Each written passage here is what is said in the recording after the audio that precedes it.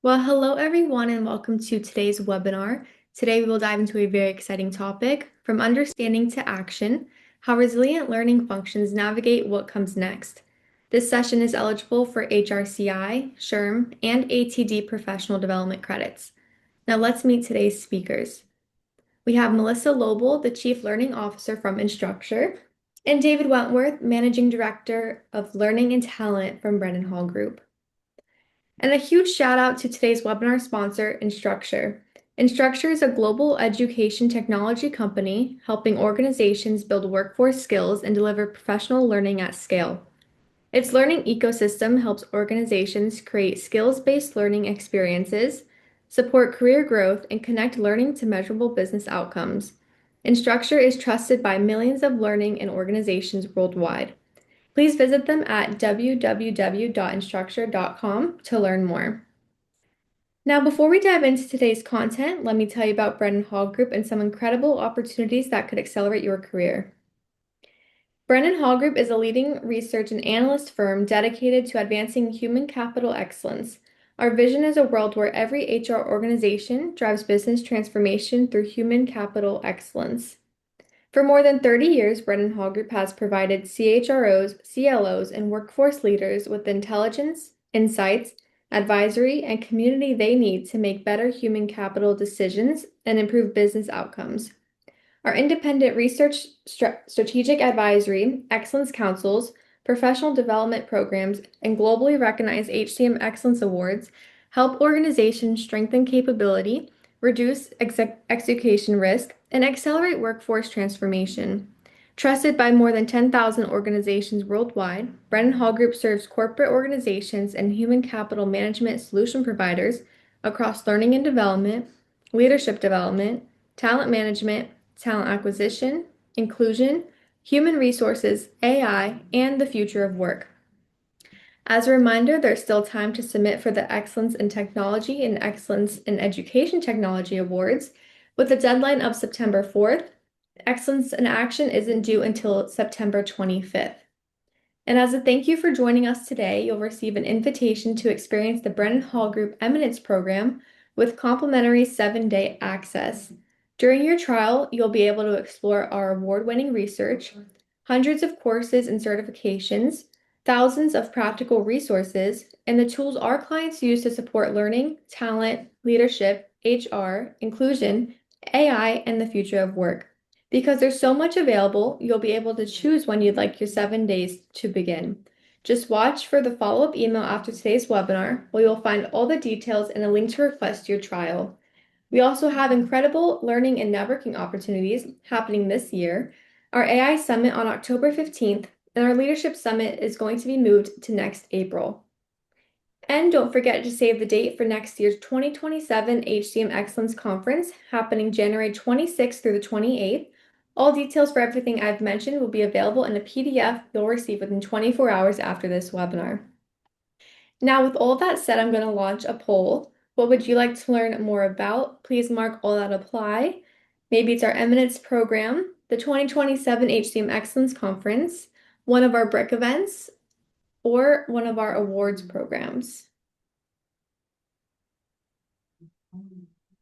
Thank you everyone for responding. I'm going to keep this up for just a few more seconds, then we'll move on.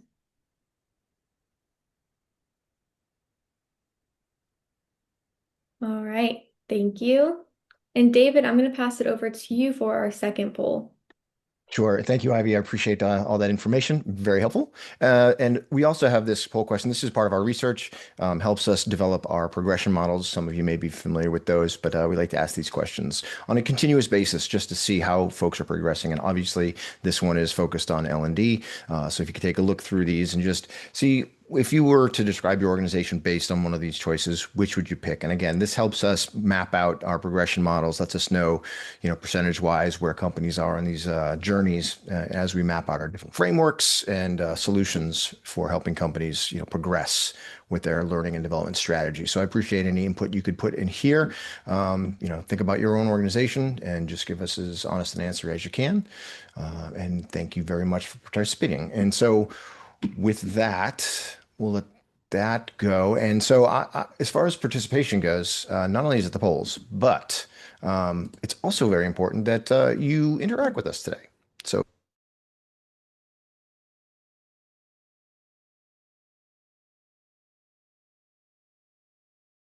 at your job, please share it in the chat. We're going to keep an eye on that. We'll try to answer questions that are relevant in real time. We'll also have a little bit of time at the end to answer more general questions or more discussion-based questions, but we definitely want to hear from you.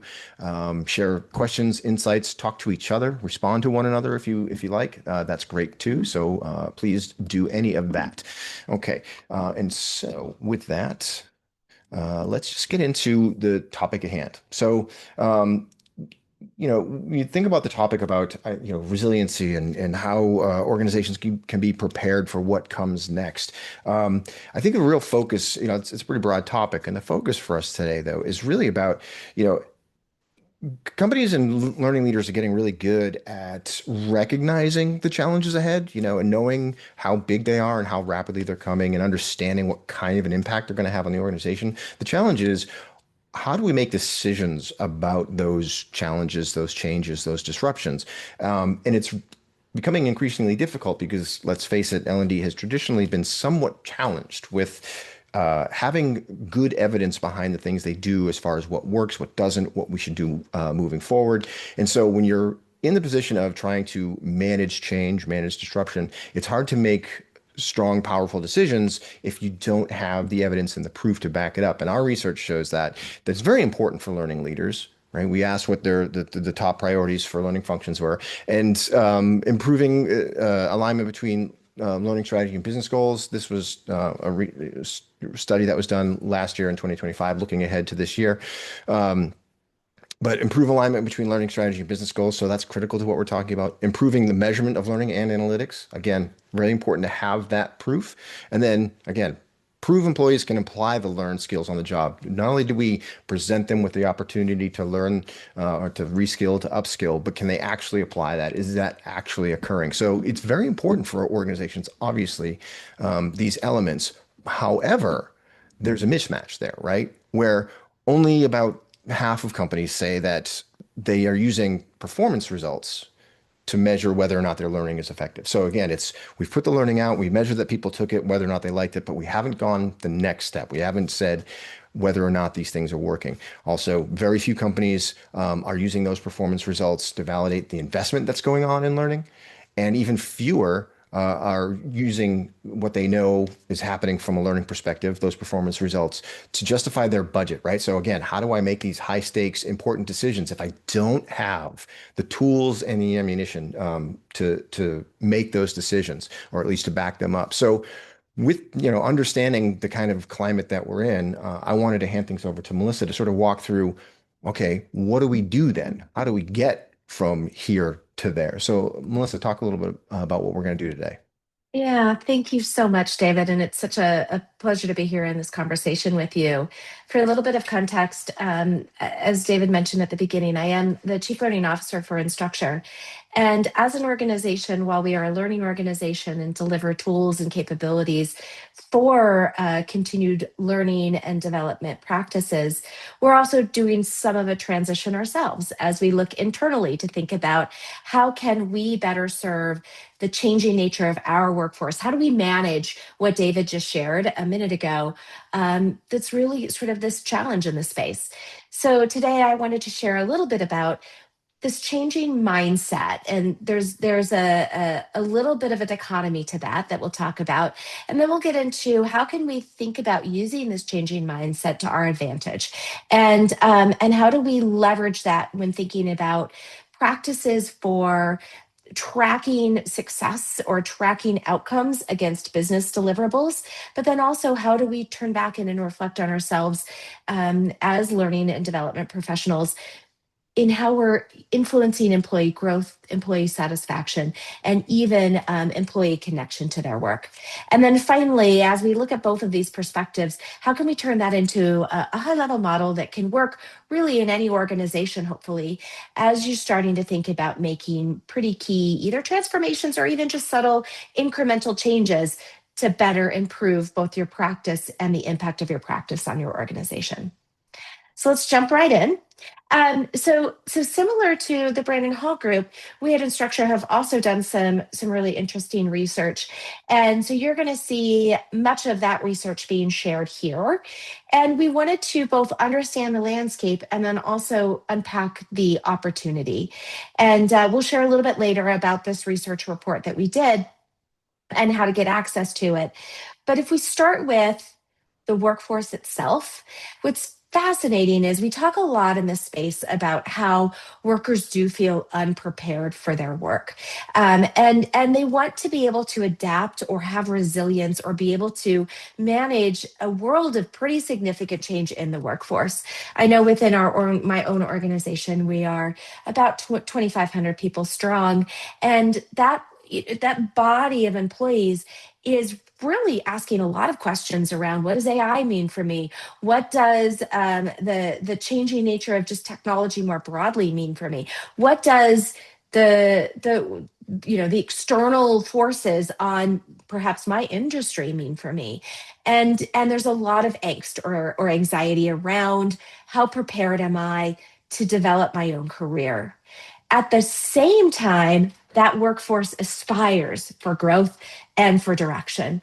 And we're seeing this particularly as younger and younger generations enter into the workforce, this desire for not just addressing the fact that we feel unprepared, but also that I actually want to build direction. I want to build growth. I want to build pathways for myself. So this is a bit of a dichotomy, right? It's the workforce is not only feeling unprepared, but it's also saying, hey, I want to be prepared and more. I actually want to be, I want to understand career growths and paths. I have ideas for myself and I have aspirations. I need help getting direction. So it was really an interesting anchor point that we then looked and surveyed the group. And if we'll go to the next slide, please, David. We then surveyed the group to understand sort of what kind of effect or how do we think about these two things together? How do we understand what employees need, or what are the core skills and the environment in which they need to thrive in order to both feel more prepared and also meet those aspirations and desires? What can we provide as employers? And really, this all leans or anchors to retention and growth. That's that dichotomy. We both want to retain our employees and grow our employees. And in order to do that, we really see three important skills that employees need. And it's that understanding, that's confidence, and that trust. And that translates into empowerment. And you were perfect going to the next slide, which gives us an understanding or a platform for how we might think about how to build the work that we do as L&D professionals.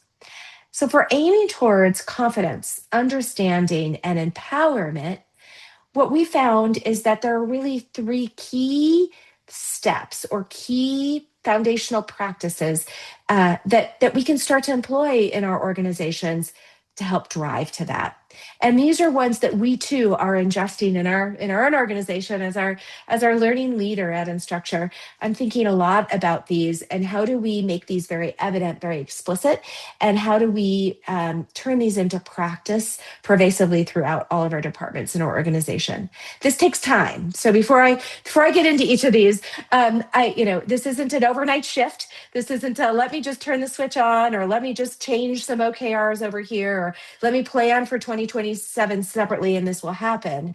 But with the right framework and focus, we can be on a path and see early success in each of these areas. So I'll quickly walk through each of these. The first is redefining, or I'll even say defining success.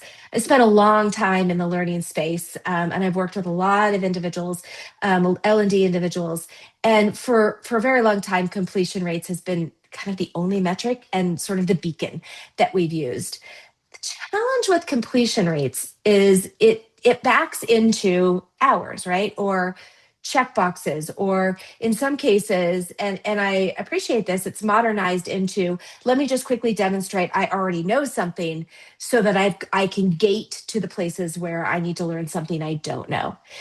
But what I would challenge us all to think about, and we are thinking about this very explicitly, especially at this time of year. It's a planning for us. We're on a calendar year, so it's a planning time for us.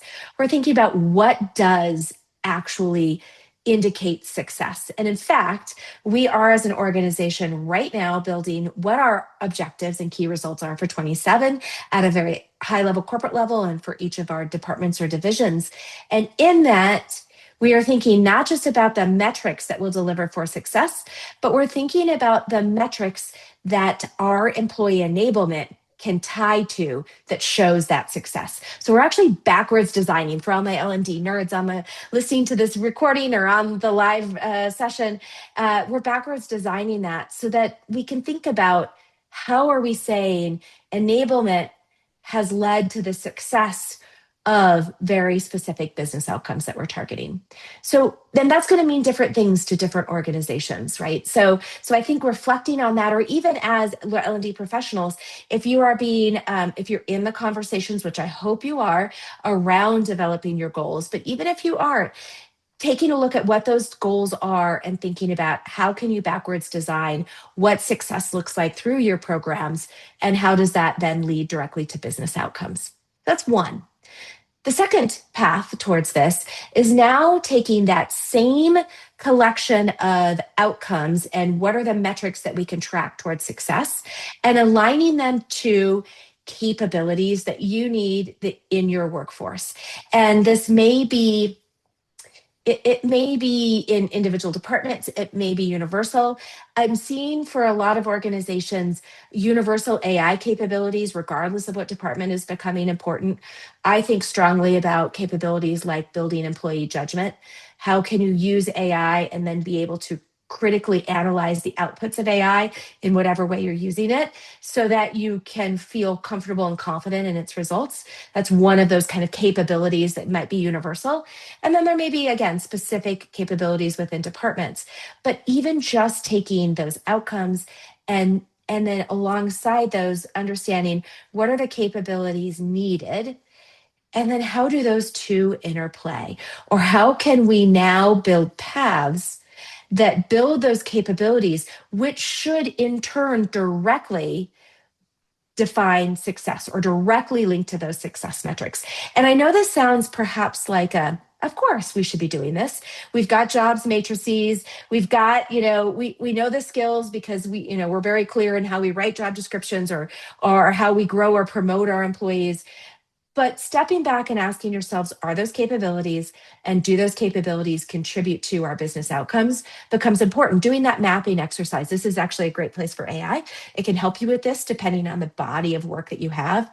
What was fascinating to us in our research is that we found that like over half employers don't actually even have real bodies of work around the capabilities, let alone this crosswalking. So this is like the first couple steps that you can take to then create an environment or a structure. And you can do this with control of these capabilities, or even if you're the ingester of them, you can still think about how do I map these as I build my L&D programs.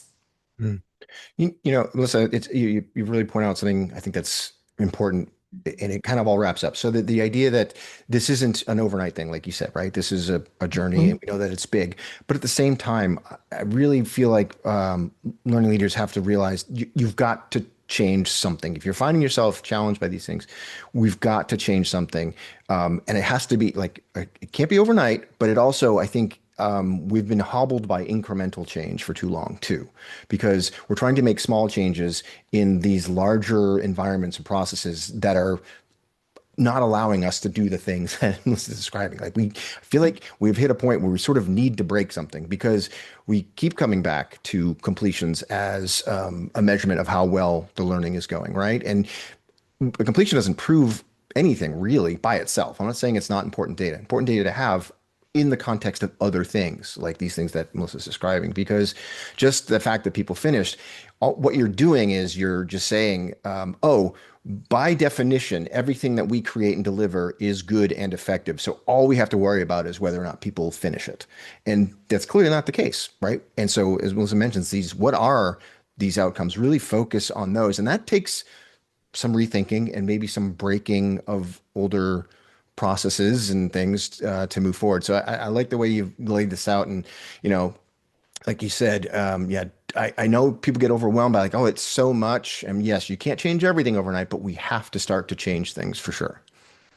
Oh, I could not agree more. And it actually is what really appealed to me about your poll question and the research that you continue to do, David, is like it's about that. It's like how are we making change and where are we seeing that change over time?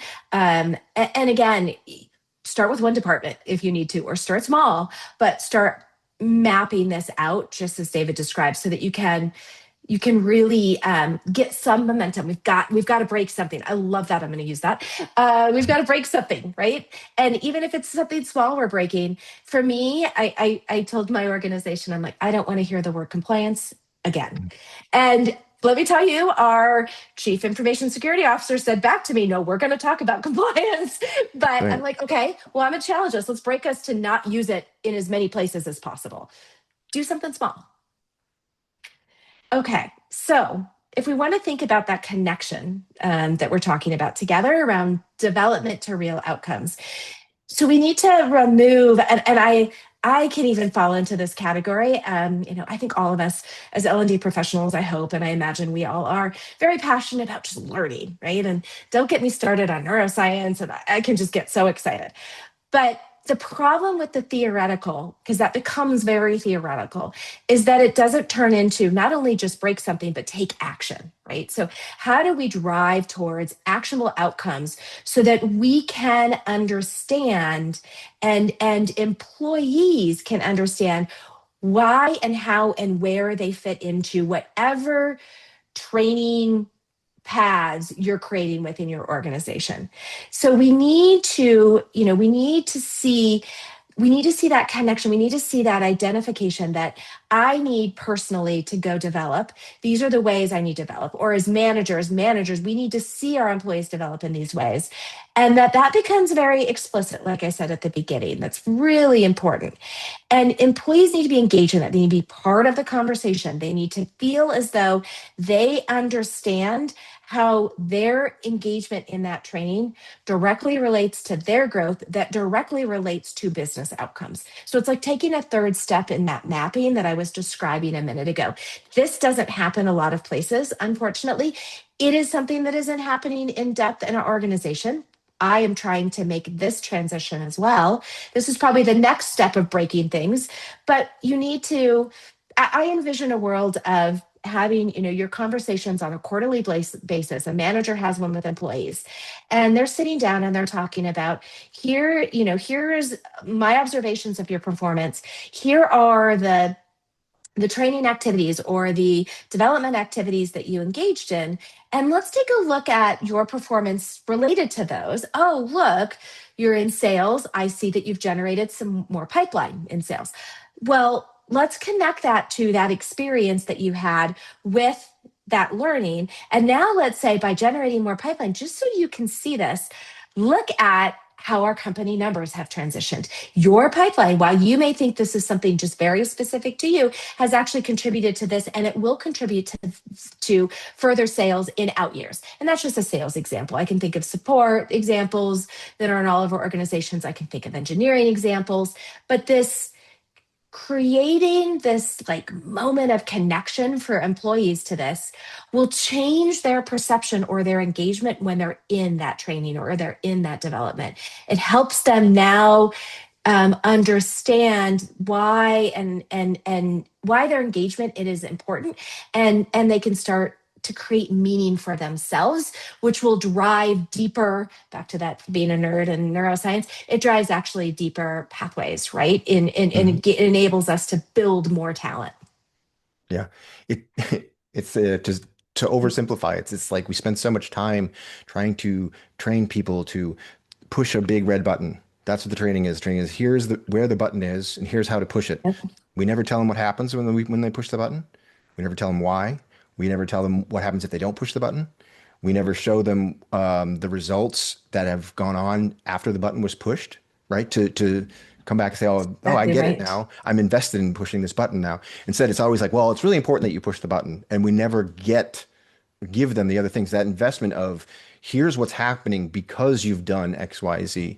It's so powerful. So it's like part of the whole measurement piece, right? You're not only measuring for yourself as a learning leader to find out, hey, what impact am I having? What's my ROI? But you can then turn that back to the learners, Mhm. like, look what's happening because of all the good work you're doing, and get them more invested in the next time learning interventions come around. They're a little bit more likely to pay attention if they realize, oh, these are the ramifications of me doing this or not doing it.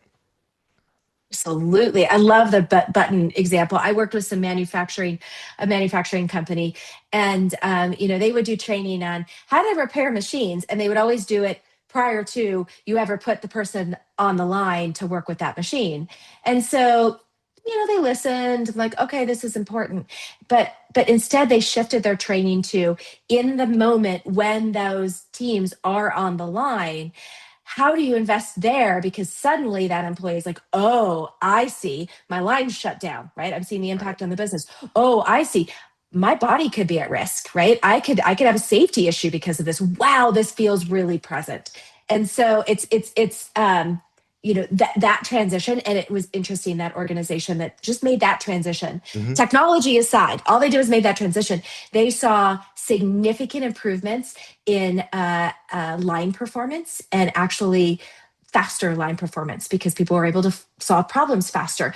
Employees weren't they were engaged, and their understanding of how to solve the problems when they were trained in the moment actually applied to how they used the machines altogether. It was really an interesting path to watch, and a really Hmm. impactful one. That's Yeah. fun.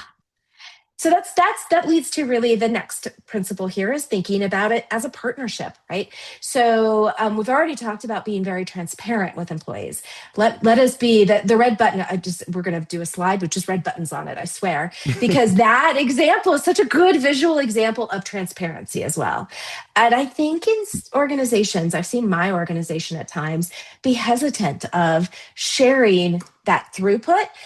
Is it too complicated? Are they going to understand it? Do they have the business acumen to understand? All of those questions surface, right? Will a support agent understand if you try to explain to them how they support the tickets that they did in a week actually produce 2 years from now more revenue for the organization? Is that too far? Is that too heady?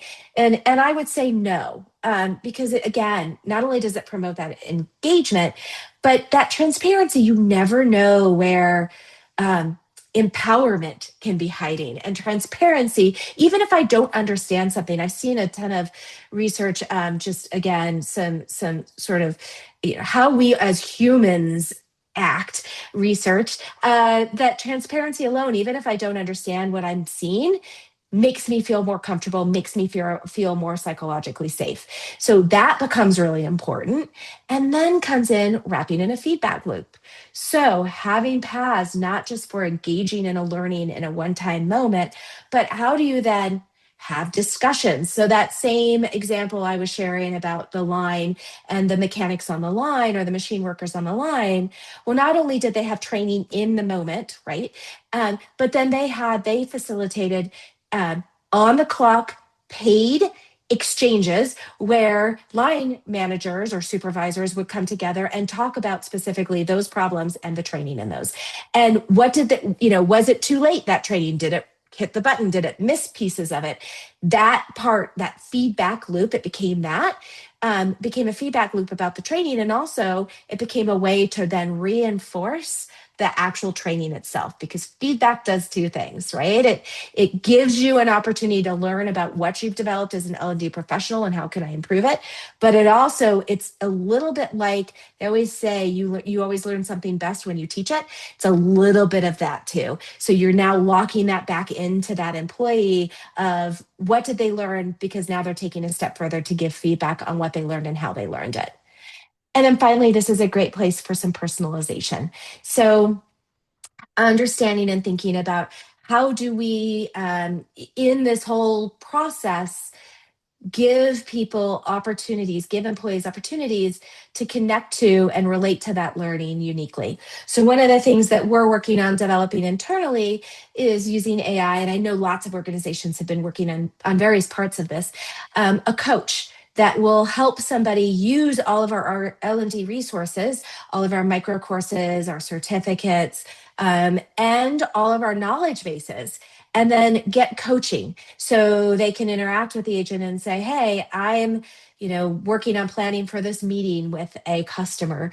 And I've done this training, but I don't remember parts of it. And I'm concerned. Where do I go get these other resources? I'm trying to build this presentation.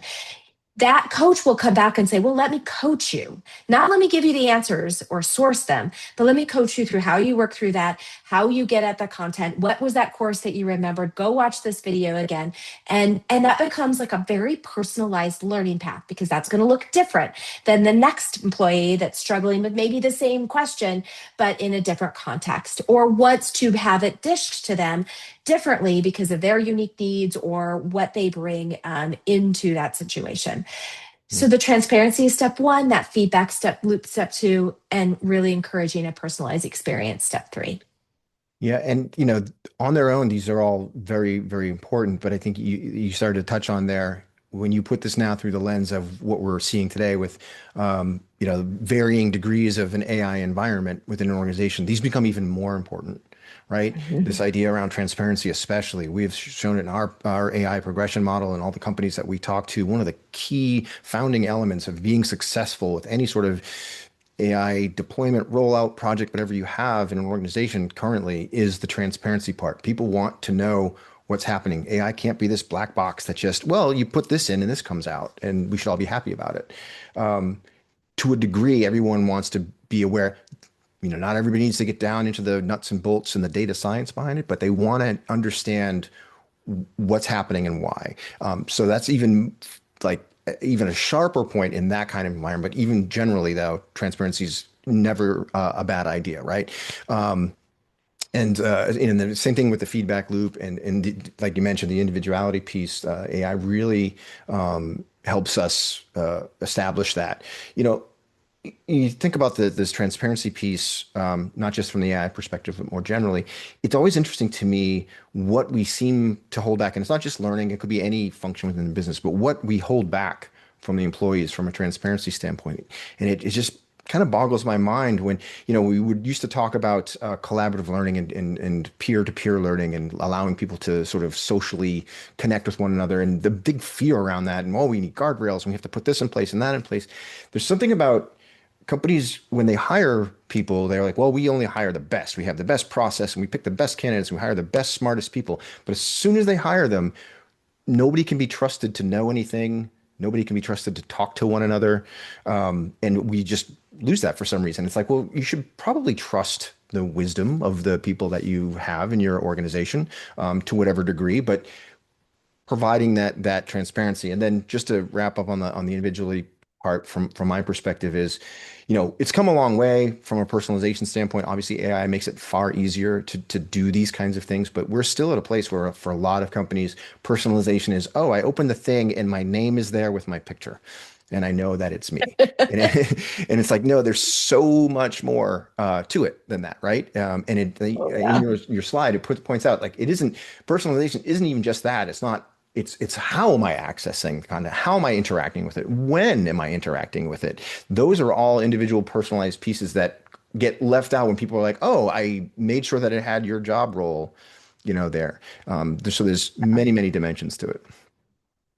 Your comment about personalization made me laugh too, because having spent a long career in this, for a long time it was make an avatar, right? That's personalized too, and I always chuckled about that. I was like, it's just, you're still getting the same outputs. And so you're so right about everything that you just shared. And we want, as employees, as humans, we want to be treated uniquely and individually. And so I think this is a particular place, like we were saying earlier in the conversation too. Baby steps are good. Don't feel like you have to get and everything has to be personalized. I think that's where people get overwhelmed too. It's like, oh my gosh, how do I build this? It's so much content. It's really comprehensive. It's baby steps, and every little bit can move you on a path to that. Mhm. Absolutely. Yep. Yeah. All right. Yeah. So at a very high level, and we're going to open it up, I believe, to questions, but at a very high level, if we want to think about these key takeaways, and this really combines a lot of the incredible research that David and team do alongside the research that we recently did, is that you know we need to think custom while thinking scale. And I know that probably sounds scary to a lot of leaders. I would have, in my career, there's been points where, oh my gosh, I don't know how I can scale something that's personal. But there are paths to that. We've talked about some of that, and some of that thinking about custom wow scale comes in that transparency and that feedback loop and the conversations that you wrap around the kinds of L&D opportunities you bring to your employees. Also, if we can just continue to emphasize the importance of understanding how skills, credentials, certifications connect to your contributions, your growth as a personal employee, and your contributions to the organization. One of my favorite examples, I think we all go through in our organizations, cybersecurity training, critical training, and really important. uh, you know, Thinking about how that training, like being very evident, not just in the training in and of itself, but in practices, finding moments as managers, as leaders to bring up what would you do in this setting, or how do you apply in this setting, or we just read this article, we've done this. I've done this within my own team of as you hear other actions or events happen to organizations, okay, let's actually talk through and think back to our cybersecurity training. What are we doing now, and how would we apply some of that? Was thinking those, using it and helping people deeply understand or grok how the training, even in the most extreme compliance situations, actually connect to them in their experiences is really, really important. Also, compliance is a floor but not a ceiling, right? So that my example that I just gave, yes, there are places we still need to do this, although I'm determined, like I said, to not use that phrase.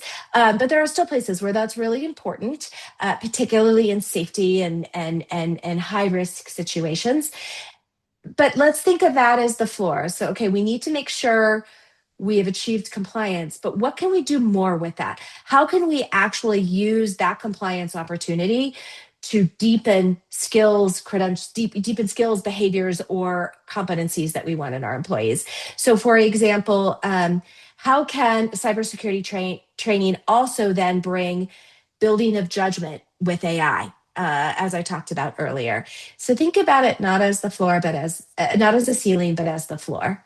And employees want transparency. They want to influence, they want to be part of this exchange. They may not know how or how to articulate that, but they do. Our research showed, and I know much of the Brandon Hall research shows, that employees want to be part of the solution, part of the exchange. And then finally, making sure you're thinking about your tools, your technologies, your internal, organizational and operating models enable actionable or enable that connection to business outcomes through your L&D programs. So that's at the Yeah. high level, I think, a summary of all that we've been talking about. Did I Yeah. miss anything, David? No, well, I mean, I don't think you missed anything. There's a lot, right? There's so much in Yes. between the lines here too that comes in. But I think it's important to pick things to focus on. And, for Mhm. me, looking through one of the things I wanted to dive on is the compliance piece. Again, you're spot on, is that it doesn't have to just exist on its own as this is the thing that we do and we have to do it and it's done this way. It does. It's a great actual floor to platform into building capabilities, because most companies put a lot of time and energy and effort into compliance because it's a big part of what they do. It touches just about every employee in the organization. It touches just about every organization. They have some degree of this they have to do.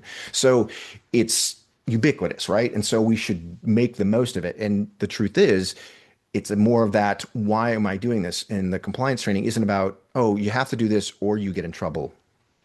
That's not enough. There's a business reason behind why it exists, whether that business reason comes from the organization itself, some third party regulatory agency, whatever it happens to be, but there is a business reason this exists. So it's like, hey, here's why this is so important, and then show the results of that. Because we've completed this training, we've had a dramatic decrease in phishing incidents from our email, right? Whatever it is, and that means this.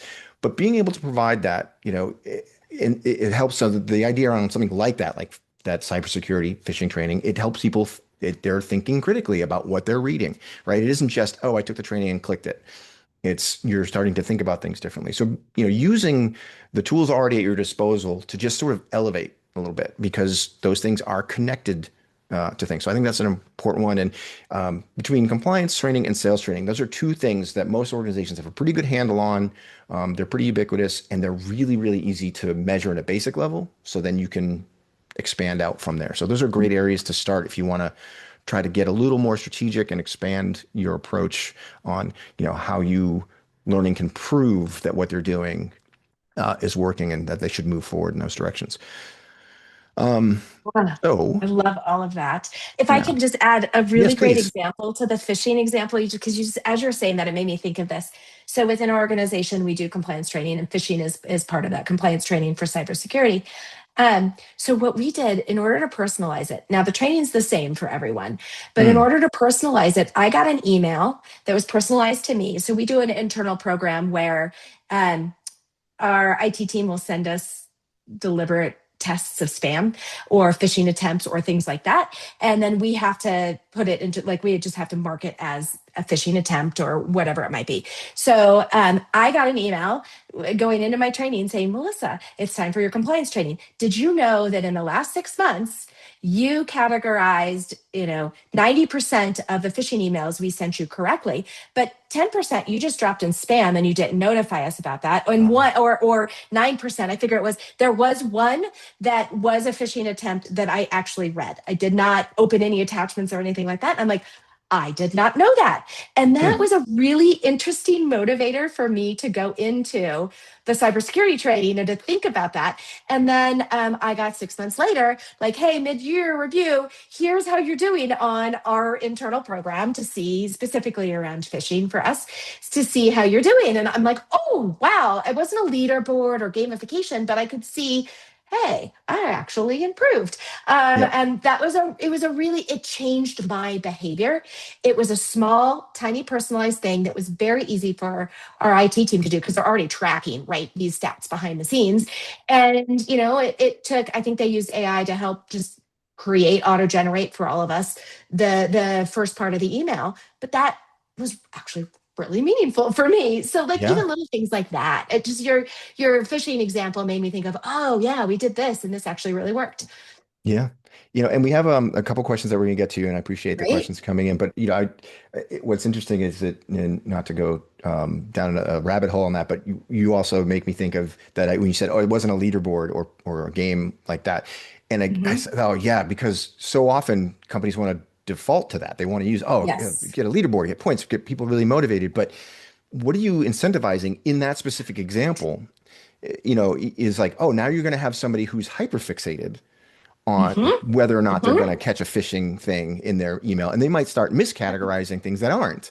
And they're Yes. not actually paying attention to what they're supposed to. So the way you described it makes way more sense. You get a personal, hey, here's where you are. We can do better. Thanks for all your effort, that kind of thing. It doesn't have to be this leaderboard that sort of incentivizes the wrong things. And I always say too, when you have depending on the group you're dealing with, once people get out of like the top 10 of a leaderboard, they kind of check out anyway. They're like, well, I don't know, I'm Totally. never going to be up there. So, but that's a great example to me of how the right kind of personalization and incentivization works, where something slightly different might have an adverse outcome.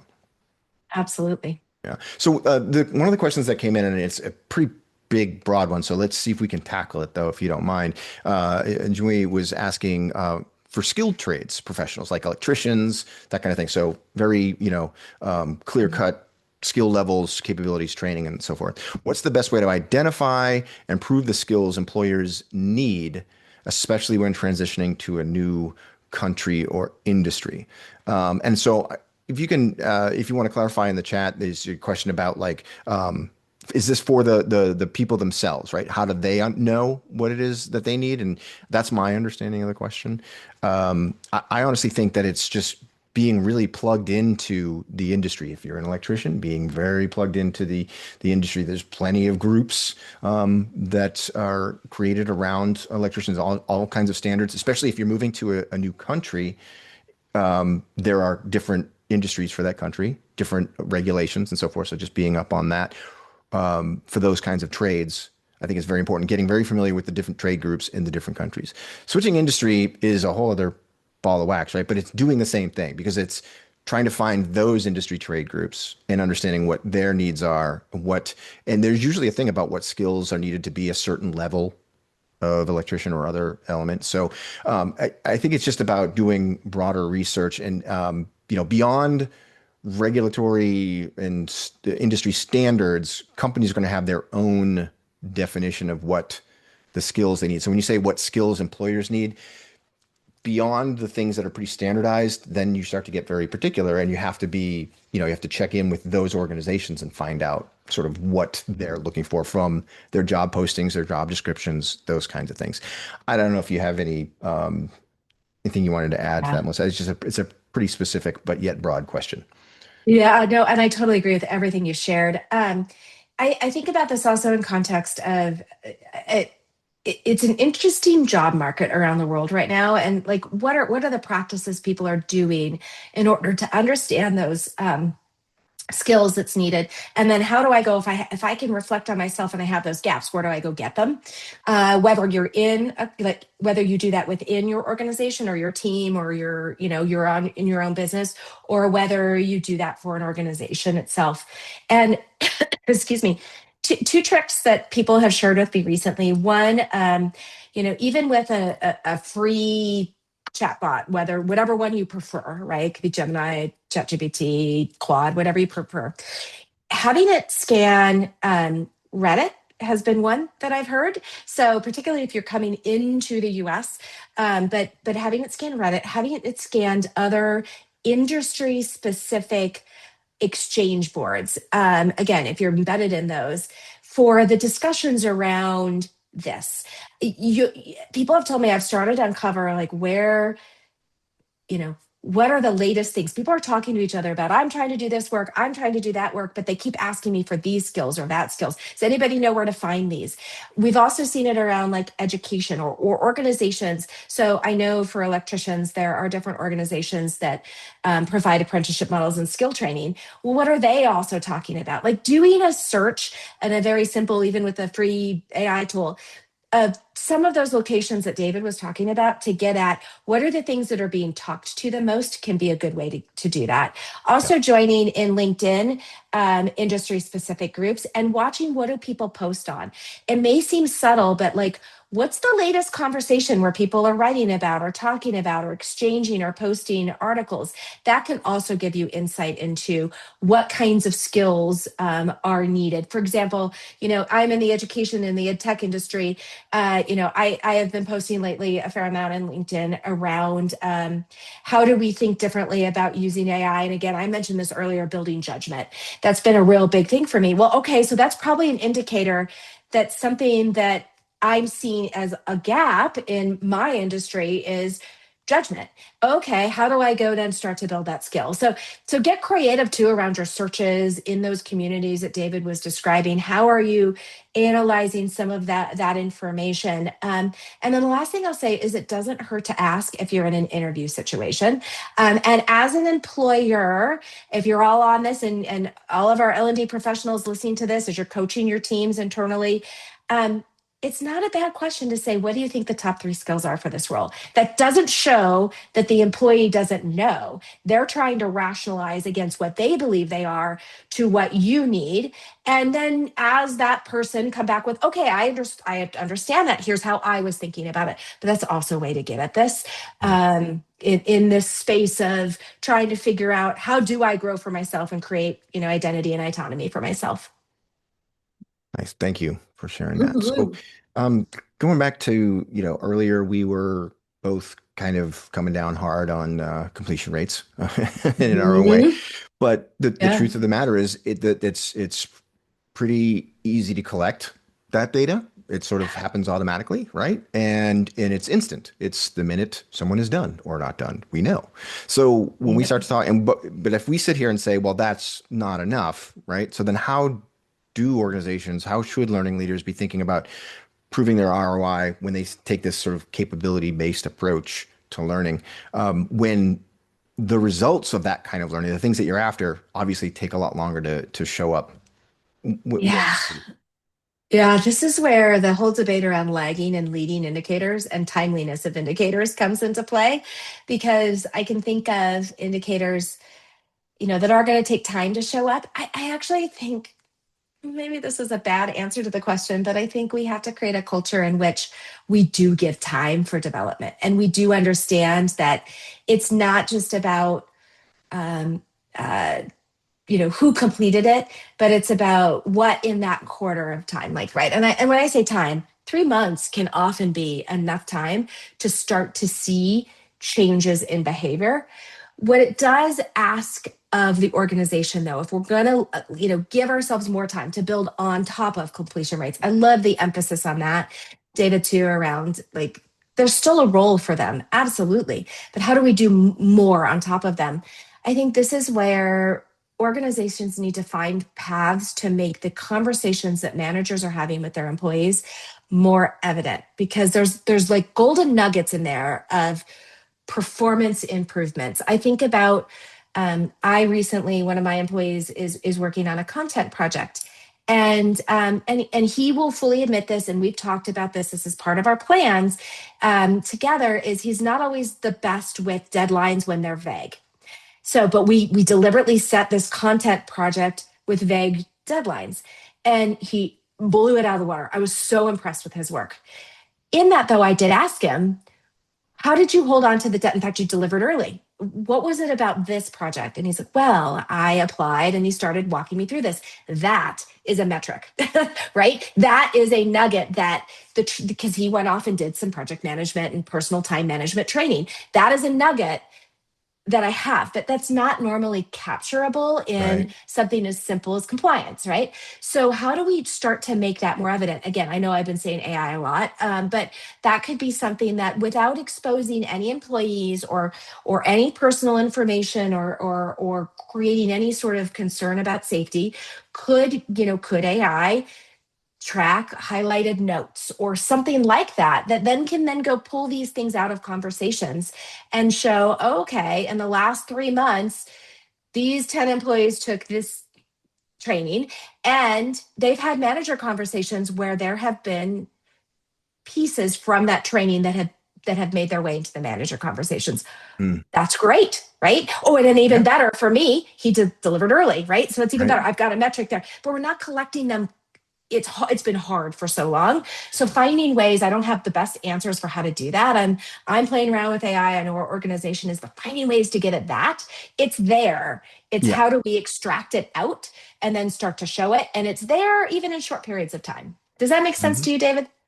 It does. It's like we're entering a phase with the whatever your position is on AI personally, whatever it happens to be. But I think it's presenting us with opportunities to do the things that we've been trying to do for a really long time. You look at the period where XAPI was all the discussion, right? And the Oh idea of, yeah. oh, I can show more than that somebody finished something. I can show that they opened this or they watched that. These three Mm-hmm. word, and that was groundbreaking, right?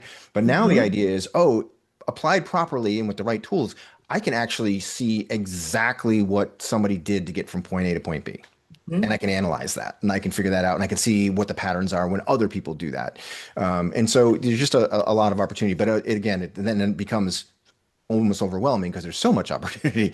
So it's really narrowing it down, figuring it out. And I'll just want to throw in that Becky threw in the chat, just reiterating what you were saying while you were talking about it. It's business results, not learning data. Thanks, Becky. And it's like that reminds me of what we say all the time at Brandon Hall Group. My colleague Michael Rochelle and I have been saying this for probably 15 years: is the outcome of learning is not learning. It can't be. It's so much. It has to be so much more than that, because or otherwise you're selling the whole thing short, right? It has to be something else. It has to be some sort of behavior change, some sort of performance outcome, some sort of business outcome. So cool to keep that in mind. Another question I wanted to get back to, because we did talk about it a little bit together, but I want to dig a little deeper. Is coming back to the personalization piece, because bring it up a lot. We've been talking about personalization long before AI came around, but then the perennial question now is, even as we get better at personalizing, these larger organizations are like, okay, but I've got like 10,000 people. How do I personalize that? So how do you balance the fact that you've got these very, very, very large employee audiences that all still need some kind of, individualization, some personalization in the learning? This is where I think two things come into play. First of all, you really need to know your employee base. This one always surprises me. It's happened to us in my own organization. Do we know the basics of where do our employees live? What languages do they speak? What are their general ages? What's their education? I'm just basics, right? What's their interests? Like we do as organizations, oftentimes ENPS or employee surveys, and we get at sentiment and things like that. But let's back into do we know who our employees are first? Because that in and of itself can lead to some personalization.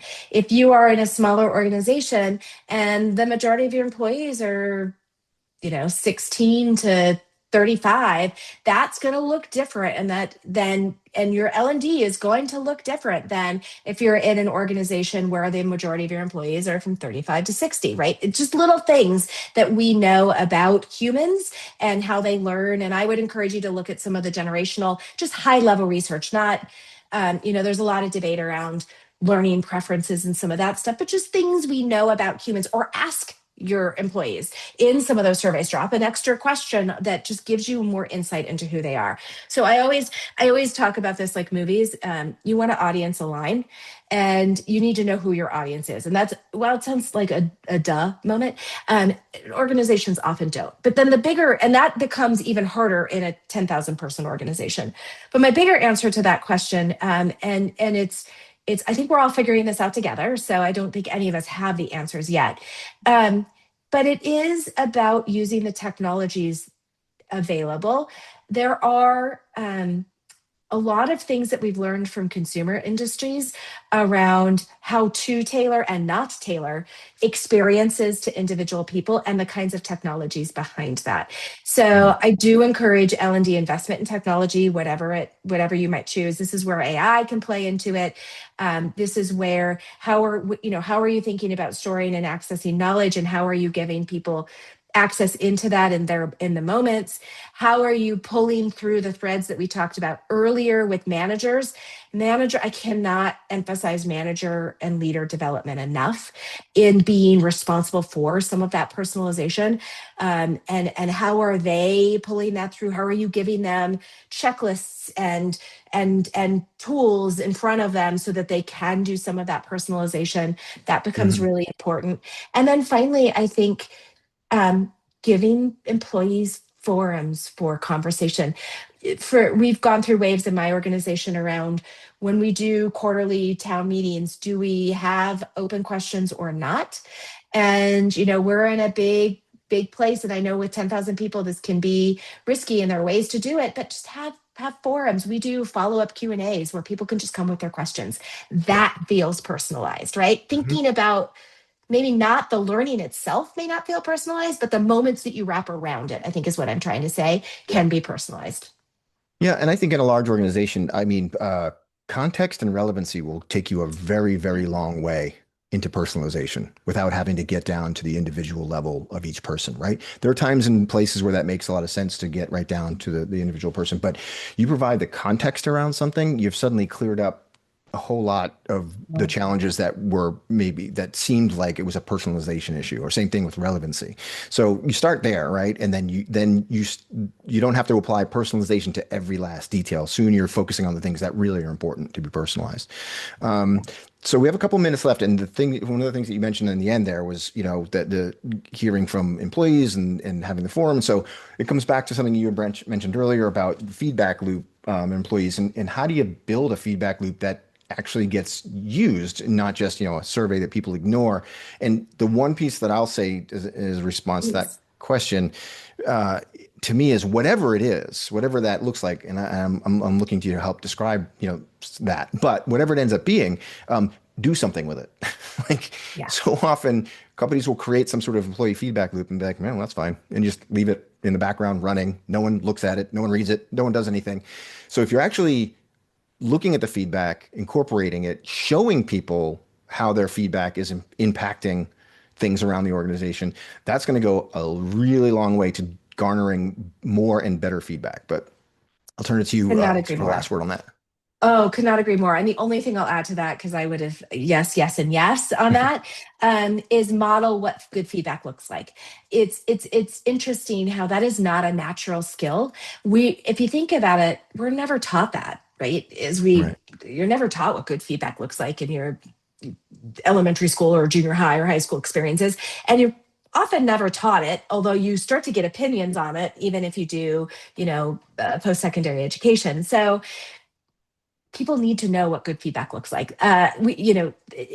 And even what bad feedback looks like, and not bad like we don't want to hear it, but just this isn't Right. constructive, this isn't, that kind of thing.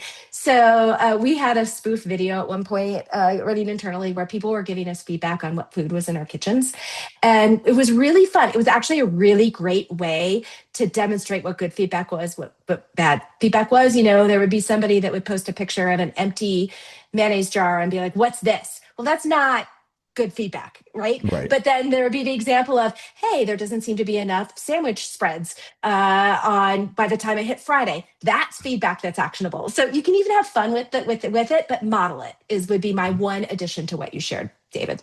Awesome.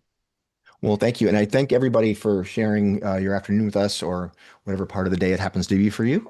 We appreciate your Yeah, time. And Melissa, thank you so much for sharing thank your you. thoughts and insights. And of course, Instructure, thank you for the time as well. So thanks, everybody. And we hope to see you again on another webinar. Thanks. Yeah. Thank you so much.